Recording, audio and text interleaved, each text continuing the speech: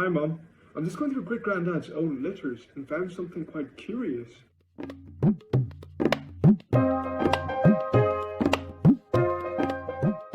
Well, most of these letters are correspondences with his business partners dating back to the date of partition. There's one addressed to a Scottish woman named Lorna McIlvany, who apparently lived in Glasgow. It looks like it never been posted. For some reason, Great Granddad held on to it. No, I've never heard of her. You want me to read it out to you?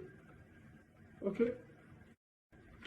Dearest Lorna, I've tried to start this letter dozens of times, and I've always come up against a wall.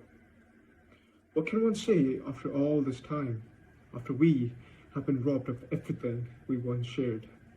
Everything, that is, except our memories. I'm writing to you for fear I'll die before I can explain myself. Partition is bloodly and time is running short. Can you believe that Kashmir, birthplace of Lord Shiva, is a land where Hindus are being killed in their hundreds? My family have already emigrated to India and are begging me to join them. I have refused. Kashmir is my homeland, and what use is life without a home? I had another home once. Despite everything, I still see Glasgow as where I belong. In Kashmir, I'm a Hindu. In India, I will be a refuge, but in Glasgow, I was a man. And it only took me one lie for it to become so. When I first came to Glasgow in 1920, it was not as a sadhu, but as a simple peddler of shampoos. I'm not descended from a long line of sages. My family have been selling soap for generations. I was never a holy man. May Lord Shiva forgive me. I was barely even religious. My first meal in Scotland was dinner of chicken and peas.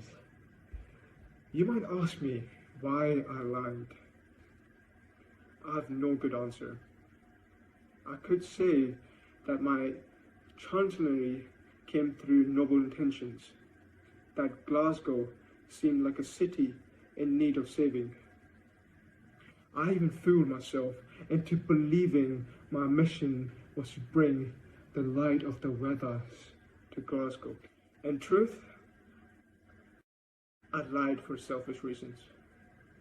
I wanted to reinvent myself to become important, to have white people look up to me as a teacher instead of down on me like dirt.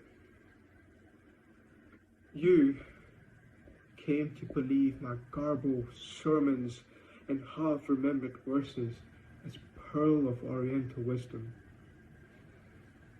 You introduced me to all your friends and had me advise them on every aspect of their lives.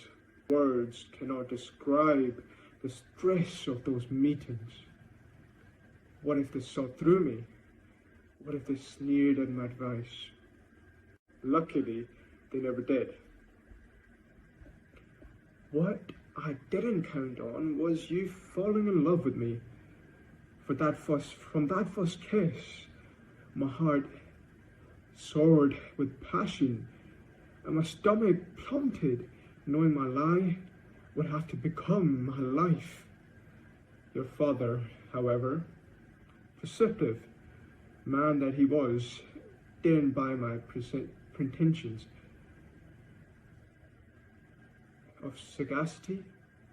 No blackie was good enough for him.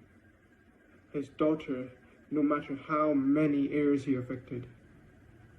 Had it not been for the war, we could have eloped, escaped to the highlands, where neither your father nor my past could have found us. Do you remember how much we cried when my draft papers came through? That was the end of us. I booked the first steamer back to India, and you returned to your father. I promised to write to you as soon as I was able. Only now, a decade later, am I keeping that promise. I married a local girl in Kashmir, and together we have 3 kids. They're good kids. They do their schoolwork and promise me they'll amount more than just selling soap. Nobody here knows about my career as a holy man in Glasgow. In your Catholic religion, one is supposed to confess his sins before the Almighty to receive absolution. I am considering adding such an article to my Hindu faith. Man is a moral being, after all, and is it not my duty to reflect upon my past mistakes as I hope this letter brings you closure. I hope you understand why I did what I did. Maybe we will meet again in our next lives. Maybe then I'll have the courage to be honest from the beginning. Yours, Nikhil Sabunwala, August 1947.